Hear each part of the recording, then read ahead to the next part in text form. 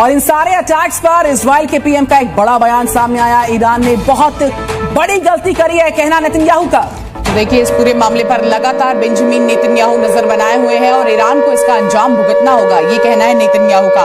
Iran ने finally Israel के ऊपर अटैक कर दिया, जिसकी बात की जा रही थी कि इसराइल के ऊपर ईरान हमला करेगा हिजबुल्लाह के लीडर का बदला लेने के लिए, मतलब नसरुल्लाह की किलिंग का बदला लेने के। ईरान ने 100 से ज्यादा डेंजरस मिसाइल को इसराइल पर दाग दिया। इसराइल में सायरन बजाए जा रहे हैं।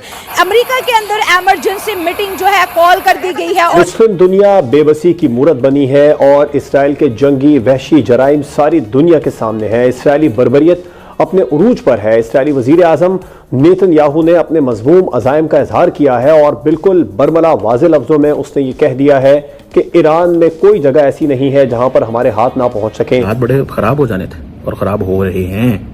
ठीक है, पाकिस्तानी और मुसलमान समझते हैं कि ये अरबी कुछ नहीं कर सकते, ये सिर्फ अरबी अपनी चीजें करते हैं। इजरायली फौज ने कहा है कि जी ईरान से मिसाइल दागे गए हैं, जबकि पूरे मुल्क भर में सायरन जो है इस वक्त सुनाई दे रहे हैं इसराइल में। और इजरायली फौज ने कहा है कि अमेरिका ने ईरान की जानिब से मुमकिन मिसाइल हमले से पहले ही खबरदार किया था। ईरान की जानिब से मिसाइल हमले के संगीन नताइज होंगे, ये कहना है इजरायली फौज का। और क्या ईरान जो है इसराइल का जवाबी कार्रवाई सह पाएगा, क्योंकि ईरान को लेके एक हैशटैग चल रहा है रेस्ट इन पीस ईरान, क्योंकि इसराइल के पास बहुत ज्यादा स्ट्रॉन्ग एयर डिफेंस सिस्टम है। मोदी साहब ने नेतन्याहू को कॉल की और कहा कि टेररिज्म के लिए हमारी दुनिया में कोई जगह नहीं, और इंडिया जो है इसराइल के साथ खड़ा है। मेरे लिए तशवीश की बात है या जवाब आपके लिए हो सकती है कि ये मिडिल ईस्ट कॉन्फ्लिक्ट ये बढ़ेगा नहीं।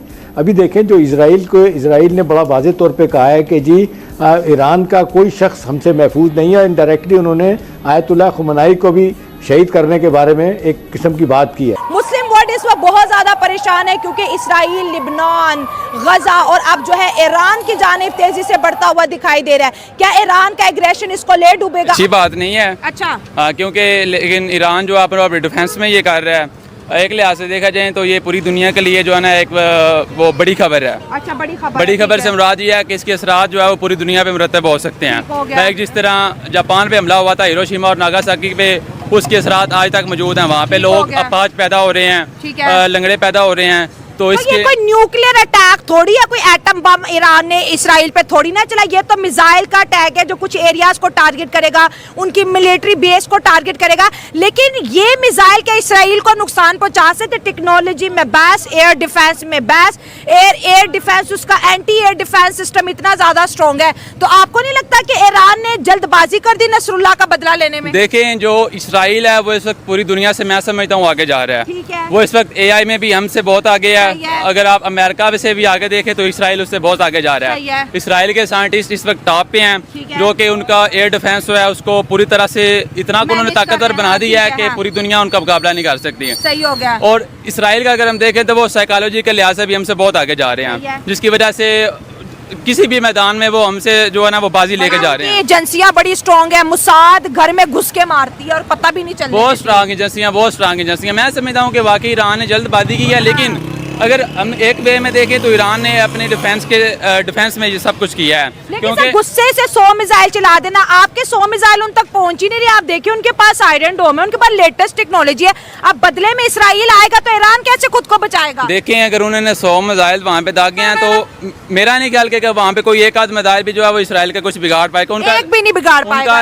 उनका जो डिफेंस सिस्टम है वो बहुत तगड़ा है, बहुत स्ट्रांग है। अगर पाकिस्तान गौरी भी भेजे तो शायद गौरी भी उनका कुछ ना बिगाड़ सके, क्योंकि पाकिस्तान का ये मानना है, पाकिस्तान का दावा है कि हमारे गौरी मिसाइल में इतनी ताकत है कि वो इसराइल को 12 मिनट में तबाह कर सकता है। लेकिन मेरा नहीं ख्याल कि पाकिस्तान का गौरी भी इसराइल के डिफेंस सिस्टम को वो नकारा बना सके। उनका इतना तगड़ा जो है वो डिफेंस सिस्टम है। बिल्कुल, तो मतलब पाकिस्तान की इंटेलिजेंट यूथ यही कह रही है कि ईरान को एग्रेशन इसराइल के लिए नहीं दिखाना चाहिए था। इसराइल इस वक्त जो है बहुत एग्रेसिवली लड़ा है। एक तरफ हमास की लीडरशिप खत्म की, अब हिजबुल्लाह की लीडरशिप को पेजर अटैक से जो है वो खत्म करे। उन्होंने वो रेडियो वायरलेस के अंदर जो है बॉम्बिंग फिट की हुई थी, जब मर्जी जिसको मर्जी उड़ा। मुस्लिम दुनिया बेबसी की मूरत बनी है और इसराइल के जंगी वहशी जराइम सारी दुनिया के सामने है। इसराइली बर्बरियत अपने उरूज पर है। इसराइली वजीर आजम नेतन्याहू ने अपने मजमूम अज़ाइम का इजहार किया है और बिल्कुल बरमला वाज़े लफ्जों में उसने ये कह दिया है कि ईरान में कोई जगह ऐसी नहीं है जहां पर हमारे हाथ ना पहुंच सकें।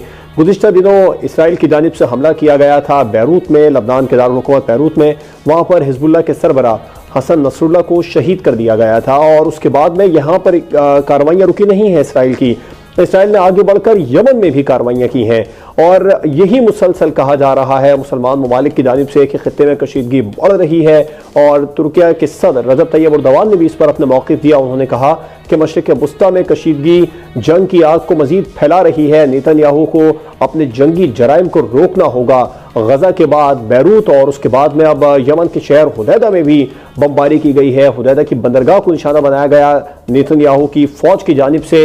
अब इस तमाम तर सूरत हाल के बाद जो मज़ाहमती तंजीमें हैं मशरिक़ वुस्ता में, खुसूसन हिज़्बुल्लाह और वहाँ पर ईरान की जानिब से ये कहा गया है कि वो जवाबी हमले करेंगे। जवाबी हमलों के खदशे के पेश नज़र इसराइल का अगला इक़दाम क्या होगा? शहजादा जुल्फ़िकार साहब, पहले चाहूँगा आप इसका जवाब दीजिए। आपको क्या लगता है जो जवाबी हमले किए जाएंगे हिज़्बुल्लाह की जानिब से, ईरान की जानिब से, इस पर इसराइल का हमला क्या हो सकता है जवाबी? जवाब देखें, इससे पहले मैं थोड़ा सा बताऊं कि इस साल जनवरी के शुरू में एक जू ऑथर हैं, गालिबन उनका नाम एवी लिंकन, उनका इंटरव्यू कहीं वायरल हुआ है और उस इंटरव्यू में उन्होंने ग्रेटर इसराइल की बात और ग्रेटर इसराइल की बात वो करते हैं और उसमें वो बताते हैं और फिर इसको लोग जोड़ते हैं कि अभी जो गजा में जो इसराइली फौज है और वो जो उनका हमला है, जमीनी हमला है, उसमें उनकी वर्दियों पर ग्रेटर इसराइल का नक्शा अगर आप देखें तो वो फिर जाता है आपका टर्की का कुछ हिस्सा भी उसमें शामिल है, उसमें आप लेबनान, आपका जॉर्डन, सऊदी अरब का, मिस्र का, ये सारा जो है वो उसको सीरिया का, लेबनान का, ये सारा इराक आधे से ज्यादा इराक पर जो है वो सोचते हैं करना है। और ये वो मेरे ख्याल में अगर आप बैक टू जाए कि सोनियत ये आपके ज्यूज के जो बानी है थियोडोर हर्जल जो है, ये उनका भी एक नजरिया था इस तरह। लोग अब इसको ये मानने लगे हैं और ये तशवीश का एक किरदार हुआ।